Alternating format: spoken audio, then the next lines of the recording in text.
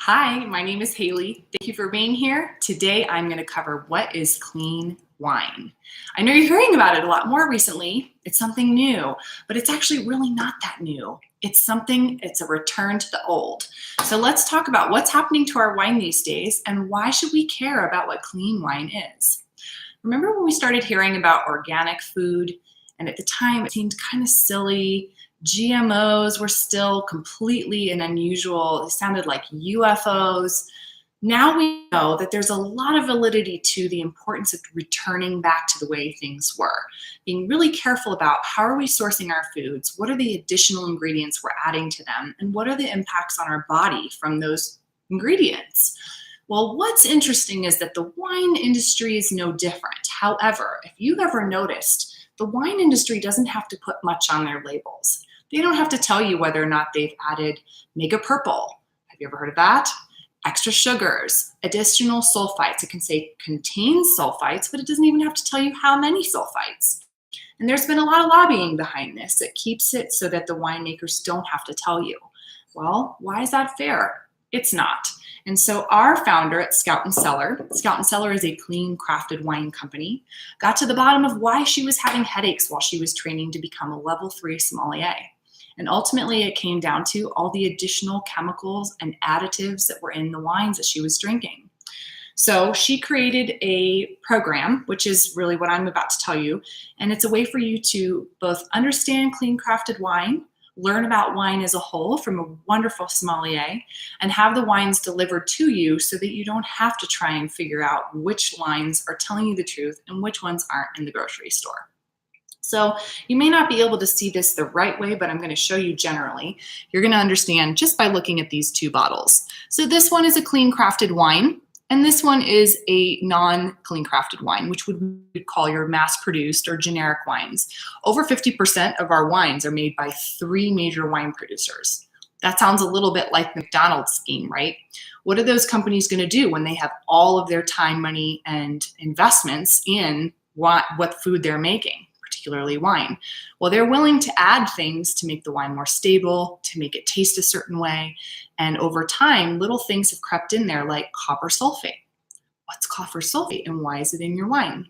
Ammonium phosphate, ferrocyanide, mega purple, GMO ingredients, and sulfites, for example, even though you do have to say that they're on the label, you do have to say if it's in the wine.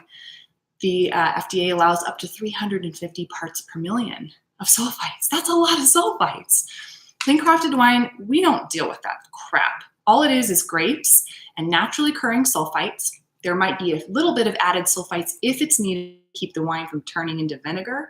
But overall, we never have wines over 100 parts per million in terms of sulfites, and almost all of them are under 50 parts per million sulfites. So that makes a big difference on your body. Mega purple, for example, is something that can be added to the wines. It's a derivative of the wine skins, but unfortunately, it's still a coloring. Over time, they've added it to change the way things look. When they mass vinify, that means that they're going to go through all the wines in the vineyard, and they're going to pull them all at once. There might be some stems or some leaves that get stuck in there. Rotten grapes will find their way in there.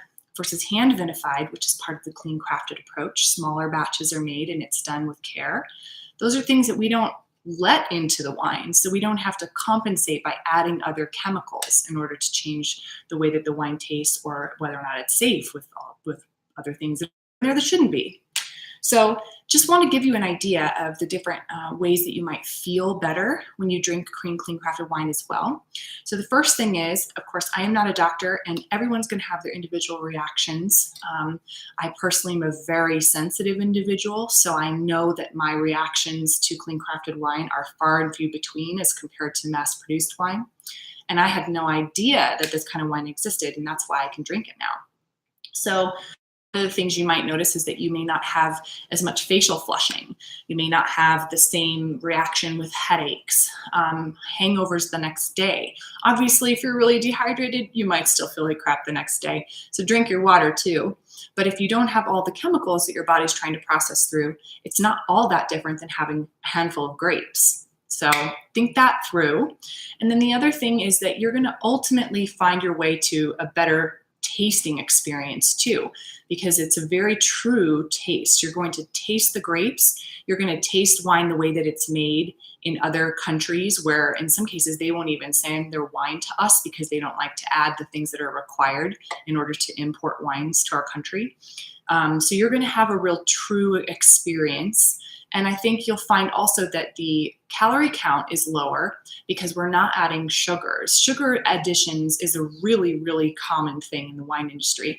And even if it's not cane sugar, it can be loopholed by doing wine that's added, what am I looking for? Grape concentrate. Grape juice concentrate acts the same way in your body and the same way in your wine as sugar does. It increases the calorie content, often it increases the alcohol content and the sweetness. So those things we don't do either. And ultimately our wine is going to be around 100 calories a glass when the mass-produced wines can be 200 to 300 calories a glass. That's another reason why this is paleo and keto. Paleo and keto people are very carb conscious and sugar conscious. And not only do we not add sugar to our wines, but we ferment them to full dryness. And what that means is we let the yeast, the natural wild yeast, we don't use GMO yeast, we let the yeast process all the way through the sugar so that the residual sugar that's left is far and few between. And you can tell when you look up, I don't know if it's on the label, but I know it's on our website, there is an R/S amount, and that is the residual sugars in it.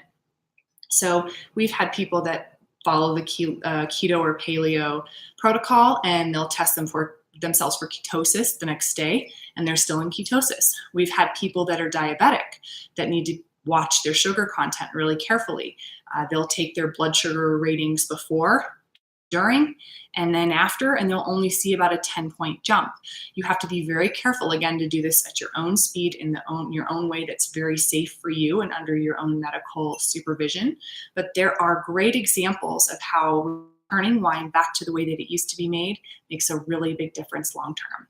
So if you're interested in these wines, I would really love to help teach you more. Also, if you have additional side effects with wines, please watch my other video, which will tell you a little bit about more where those actual side effects are coming from.